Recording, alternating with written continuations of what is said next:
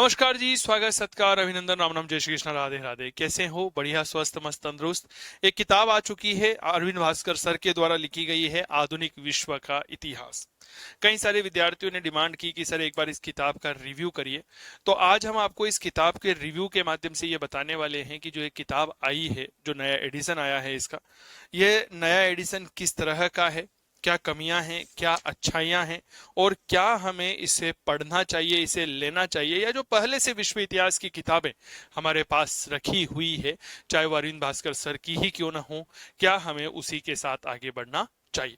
तो इसी संदर्भ में बात करेंगे। और एक बहुत ताजुब की बात, आप देखिए, अभी अभी वीडियो जब बना रहा हूं तब पता चल रहा है कि मेरी शर्ट का कवर और किताब के कवर का कलर यह मैच ही हो रहा है। अजब ही संयोग है, वीडियो बनाने से पहले मुझे नहीं पता था कि ऐसा भी कोई अजब संयोग होगा।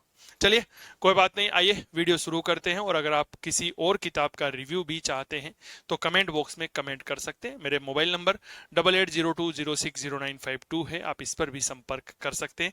तो चलिए आइए जानते हैं एक बेस्ट सेलर किताब, विश्व इतिहास की एक शानदार किताब, अरविंद भास्कर सर के द्वारा लिखित आधुनिक विश्व का इतिहास हमारे लिए कितनी उपयोगी है, हम इसे क्यों पढ़ें, क्या कमियां हैं, क्या अच्छाइयां हैं। चलिए शुरू करते हैं। चलिए हम रिव्यू करने वाले हैं आज आधुनिक विश्व के इतिहास की इस किताब का, जो अरविंद भास्कर सर के द्वारा लिखी गई है। 16 सालों से यह इतिहास की किताब आ रही है, कलाम पब्लिकेशन की तरफ से आती है और विश्व इतिहास के परिप्रेक्ष्य में एक जाना माना हस्ताक्षर है श्री अरविंद भास्कर जी।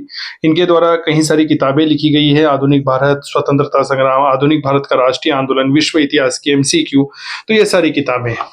अगर प्राइस की बात करता हूं तो कुल मिलाकर के 300 रुपए की प्राइस है। इस पे जो भी डिस्काउंट होता होगा तो लगभग 260 या 250 रुपए या के आसपास की किताब मिलती होगी। पेपर क्वालिटी वगैरह सब बढ़िया है, इसमें कोई दोहराई वाली बात नहीं है। नया एडिशन है, 2025 के ही अंतर्गत इन्होंने निकाला है। और RPSC के द्वारा जो परीक्षाएं आयोजित की जाती है, यह उस सिलेबस को ध्यान में रखा गया, अर्थात इसमें प्राचीन विश्व नहीं है, यह मैं आपको यहाँ पर बता देता हूँ। RPSC में चाहे असिस्टेंट प्रोफेसर का पेपर होता हो, फर्स्ट ग्रेड का होता हो, तो उसके लिए किताब उपयोगी है। इसमें पुनर्जागरण, धर्म सुधार आंदोलन, समुद्री मार्गों का अन्वेषण, भौगोलिक खोजें, वैज्ञानिक दृष्टिकोण, प्रबोधन, वाणिज्यवाद, औद्योगिक क्रांति, राष्ट्र राज्यों का उदय, अमेरिका की क्रांति, फ्रांस की क्रांति, नेपोलियन बोनापार्ट, इटली का एकीकरण, जर्मनी का एकीकरण, और इस तरह के सारे चैप्टर यहाँ पर देखने को मिल जाते हैं। ठीक है, देखो, पहली बार पढ़ने पर किताब में एक चीज तो है कि भाषा सरल है, कठिन भाषा का उपयोग लेखन कार्य में बिल्कुल नहीं किया गया है।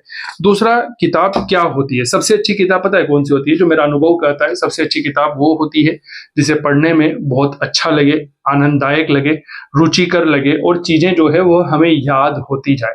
आप किताब पढ़ रहे हैं लेकिन कुछ पल्ले ही नहीं पढ़ रहा, तो वो किताब नहीं होती है। क्या बात क्लियर हो गई? अब जैसे इन्होंने पुनर्जागरण का एक परिचय देकर के उसका अभिप्राय बताया, ठीक है, क्या कारण थे वो यहाँ पर इन्होंने हाईलाइट किए। धर्म युद्ध यहाँ पर इन्होंने बहुत अच्छे से चीजें बताई है। और इसके बाद छापे खाने का आविष्कार बताया, विशेषताएं बताई, कौन कौन सा साहित्य था जो इन्होंने यहाँ पर शुरू किया। पूरी किताब को पढ़ने के बाद एक चीज नोटिस होती है कि जो महत्वपूर्ण शब्द होते हैं उनका इन्होंने अंग्रेजी में अनुवाद भी लिखा है। जैसे क्वाट्रो सेंट्रो, तो अंग्रेजी में क्या कहेंगे, इस तरह की कई सारी चीजें जो है ये हमें देखने को मिलती है।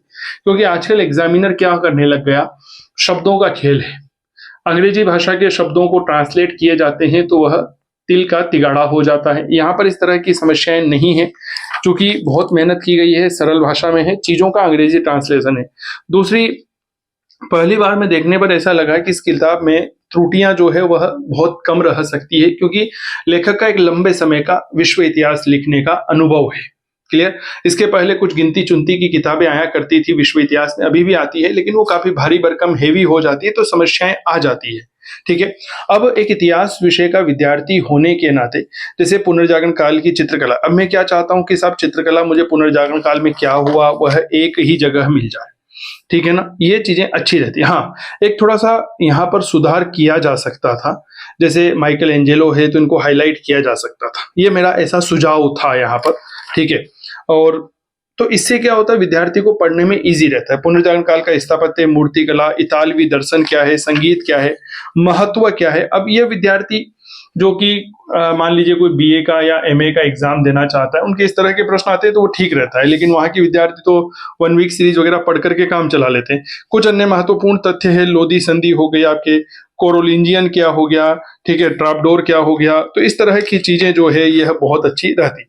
इसी तरह की प्रक्रिया इन्होंने धर्म सुधार आंदोलन में भी ली है, ठीक है, वही कि धर्म सुधार आंदोलन क्या होता है, चर्च के प्रारंभिक मतभेद क्या थे, कारण क्या क्या थे, इस तरह की चीजों को इन्होंने यहाँ पर शामिल किया है। परिणामों को बहुत अच्छे से लिख करके इन्होंने बहुत अच्छा काम किया है। हाँ, फिर वही बात कि थोड़ा हाईलाइट कर देते तो चीजें अच्छी हो सकती थी, ठीक है, लेकिन कोई बात नहीं। एक लेखक मैं समझ सकता हूं कि इतिहास में एक लेखक को किन सारी चुनौतियों का सामना करना पड़ता है, वो भी उस समय जब यहाँ पर मैटर कम हो जाता है और तथ्य ज्यादा होने लगते हैं।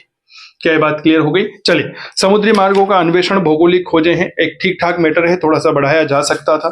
चित्रों और मानचित्रों का प्रयोग करते तो शायद और अच्छी सी इस किताब को प्रारूप दिया जा सकता था। अब यहाँ पर जैसे हम अमेरिका की क्रांति को देखते हैं ना, तो अमेरिका का स्वतंत्रता संग्राम जो है ये मैटर अच्छा है। जैसे यूरोपियन लोगों का अमेरिका में बसने के लिए जागृति या रुचि क्यों पैदा हुई, हमें पता होना चाहिए ना। इतिहास में सबसे बड़ी समस्या पता है क्या होती है? सबसे बड़ी समस्या ये होती है कि हम आते ही अपनी बात की शुरुआत कर देते हैं। ऐसा नहीं होना चाहिए। सबसे पहले हमें यह समझना चाहिए अगर कोई भी घटना हुई है तो उस घटना के पीछे कारण क्या होता है। जैसे मैं पढ़ाता हूँ, मेरे पे कोर्स भी चल रहा है, वहां पर क्या होता है, मैं सबसे पहले घटना के बारे में आपको जानकारी दे देता हूँ, तो उससे आपको पता चल जाता है कि भाई हाँ, यह घटना हुई है तो इसके पीछे क्या कारण थे। क्योंकि ऐसी कोई जीवन में घटना घटित नहीं हो सकती है जिसके पीछे कोई निश्चित कारण उत्तरदायी नहीं हो।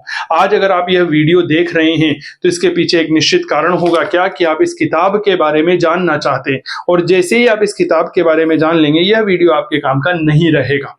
क्या ये बात क्लियर हो गई? इसके बाद अमेरिका के स्वतंत्रता संग्राम में हमने देखा आप लोगों के समझ ब्रिटिश बस्तियां कौन कौन सी है, तो एक सीक्वेंस होता है, कई बार इस तरह के प्रश्न पूछ लिए जाते हैं, ठीक है ना। अब यहाँ पर फ्रांस आ गया, डिटेल में दे दी गई है, अच्छी है। स्टाम्प एक्ट हो गया, बोस्टन हत्याकांड, अमेरिकी बस्तियों पर नियंत्रण हो गया, अल्बानी सम्मेलन, ये चीजें नई है। अमेरिकी स्वतंत्रता का कारण है, द्वितीय महाद्वीपीय असफलता का कारण, अमेरिकी क्रांति का क्या प्रभाव पड़ा, स्टेच्यू ऑफ लिबर्टी। अब जितने भी हम चीजें पढ़ती तो सामान्य तौर पर उन चीजों में नहीं मिलती, लेकिन मूल रूप से जो है ना, यह फ्रांस ने अमेरिका को भेंट की थी, तो इसके बारे में भी थोड़ा सा चीजें पता होना चाहिए। यही फ्रांस की क्रांति में भी है, चीजें बहुत अच्छे से कवर की गई है और एक सफिशियंट मैटर है। क्योंकि किताब जो है ना, इस पूरी किताब में कुल मिलाकर के अगर मैं पेजों की संख्या की बात करता हूं तो 435 के आसपास पेज हैं। क्या ये बात क्लियर हो गई? बिल्कुल सही कहा, 435 के आसपास पेज होते हैं। अच्छी किताब है, पढ़ी जा सकती है, हैवी नहीं है। लेकिन वह विद्यार्थी जो जून का पेपर दे रहे हैं, अगर वो विद्यार्थी ये सोचे कि यह किताब उन्हें लेना चाहिए, तो मैं कहूंगा नहीं लेना चाहिए, क्योंकि अभी आपके पास जो किताबें हैं आप उन्हें पढ़िए। लेकिन अगर आप 2026-27 के बारे में विचार कर रहे हैं तब तो यह किताब आपके लिए रामबाण होगी। इस किताब की एक सबसे अच्छी बात जो है वो मैं बताता हूं, इसका परिशिष्ट। परिशिष्ट कैसे समझिएगा, जैसे महत्वपूर्ण उपाधियां जो है यह कौन होते हैं, जैसे फ्रांसीसी राष्ट्र निर्माता कौन, किसे कहते हैं, अंग्रेजी काव्य का जनक, इटालियन काव्य का जनक किसे, वैज्ञानिक समाजवाद का जनक, ये चीजें बहुत अच्छी होती हैं। कुछ महत्वपूर्ण कथन होते हैं, हालांकि आरपीएससी फर्स्ट ग्रेड में तो इस तरह के सवाल नहीं आते हैं, लेकिन जो अन्य पीजीटी होते हैं जैसे केवीएस हो गया, DSSS हो गया, वहां पर इस तरह के क्लिष्ट प्रश्न पूछे जाते हैं। असिस्टेंट प्रोफेसर में इस तरह के सवाल आते हैं, तो थोड़ा सा एक बार यहाँ पर देखा जा सकता है। इसके अलावा एक तिथि क्रम होता है, ये तिथि क्रम तो वास्तव में बहुत अच्छा रहता है, क्योंकि कई बार इस तरह से प्रश्न पूछे जाते हैं, 2-4 युद्ध दे दिए जाते हैं। तिथि क्रम को थोड़ा सा विस्तारित किया जा सकता था, क्योंकि मैं इसमें देख पा रहा हूं कि फ्रांस की क्रांति, अमेरिका की क्रांति की इतनी तिथियां इसमें नहीं दे रखी है, जिनको बढ़ाया जा सकता था, क्योंकि उसमें जो घटनाएं घटित हुई है, अमेरिका के स्वतंत्रता संग्राम के दौरान कौन कौन से युद्ध लड़े गए हैं, फ्रांस की राज्य क्रांति के दौरान कौन कौन से महत्वपूर्ण घटनाएं हुई, प्रथम विश्व युद्ध के दौरान कौन कौन सी घटनाएं हुई, उनको बहुत अच्छे से तिथियों में जोड़ करके देते तो शायद बहुत अच्छा होता, क्योंकि हमारी परीक्षा के दृष्टिकोण से वही चीजें महत्वपूर्ण होती है और वहीं से सवाल आते हैं। अभी जैसे उन्होंने द्वितीय विश्व युद्ध के बारे में तारीखों के साथ दे दिया तो ये ठीक रहता है। 1945 है, 8 मई को ये हुआ, 6 अगस्त को ये हुआ, 9 अगस्त को ये हुआ, 1949 में 23 अगस्त को ये, 1 सितंबर को ये, 3 सितंबर को ये हुआ। तो इस तरह से चीजें देना काफी अच्छा रहता है। इसके अलावा यहाँ पर जो है, जैसे संयुक्त राज्य अमेरिका के जो 13 उपनिवेश थे उनके बारे में एक मानचित्र बनाया, ये मैं अपने कोर्स में भी शामिल करता हूँ, आपको पता ही होगा। इटली का एकीकरण है, इनके बारे में यहाँ पर देना कि कौन कौन से राज्य थे, सेवाई था, पिनमोंट था, लोम्बार्डी था, यहाँ पर वेनेशिया था, परमा, मोडेना, टस्कनी, इस तरह के राज्यों के बारे में जानकारी देना। इससे क्या होता है ना, कंसेप्ट क्लियर होता है। यही इटली के एकीकरण में क्या है, यही इन्होंने अफ्रीका में औपनिवेशिक आधिपत्य में भी इन्होंने यही बात यहाँ पर शामिल की है। ठीक है, गठबंधन हो गया, प्रथम विश्व युद्ध हो गया, ये सब चीजें बहुत अच्छे से यहाँ पर कल क्लियर हो जाती है। तो ओवरऑल किताब जो है अच्छी है। इतनी बड़ी किताब को देखो कोई भी जो रिव्यू करने वाले होते हैं वो बहुत आसानी से नहीं पढ़ सकते, क्योंकि क्लासेस भी होती है, टेस्ट सीरीज चल रही है टॉपिक वाइज, तो उसमें से आपके लिए समय निकाल करके जो महत्वपूर्ण तथ्य है वो मैंने आपको बताया कि आखिर ये किताब आपके लिए उपयोगी है। लेकिन एक बात बता दो, अगर विश्व इतिहास में आप पहले से कोई किताब पढ़ रहे हैं, चाहे वो अरविंद भास्कर सर की हो या कोई XYZ किताब हो, चाहे जैन माथुर की हो, चाहे पेनोरमा की HD सिंह चित्रा राव की किताब हो या कोई और भी किताब है, तो फिर उसे अभी रिप्लेस करने की आवश्यकता महसूस नहीं हो रही है। लेकिन अगर आप विश्व इतिहास बिल्कुल जीरो से शुरू करना चाहते हैं तब तो यह किताब आपके लिए रामबाण है, तब तो नो डाउट आप इस किताब को लेकर आगे बढ़ सकते हैं। ठीक है, अब देखो किताबें नोट्स वगैरह जो है ना ये तो आती जाती रहती है, ठीक है, लेकिन अगर आप विश्व इतिहास में एक ऐसी किताब देखना चाहते हैं, क्योंकि PGT हो गए, फर्स्ट ग्रेड हो गया, असिस्टेंट प्रोफेसर हो गया, इनमें विश्व इतिहास महत्वपूर्ण भूमिका निभाता है सिलेक्शन। तो कंसेप्ट के साथ जब ये क्लियर हो जाता है ना तो वास्तव में आनंद की प्राप्ति होती है। तो ये किताब उन विद्यार्थियों के लिए है जो फाउंडेशन की तैयारी कर रहे हैं। मेरा फाउंडेशन का बैच भी है, वो भी आप देख सकते हैं चंदू सर की क्लास मोबाइल एप्लीकेशन पर।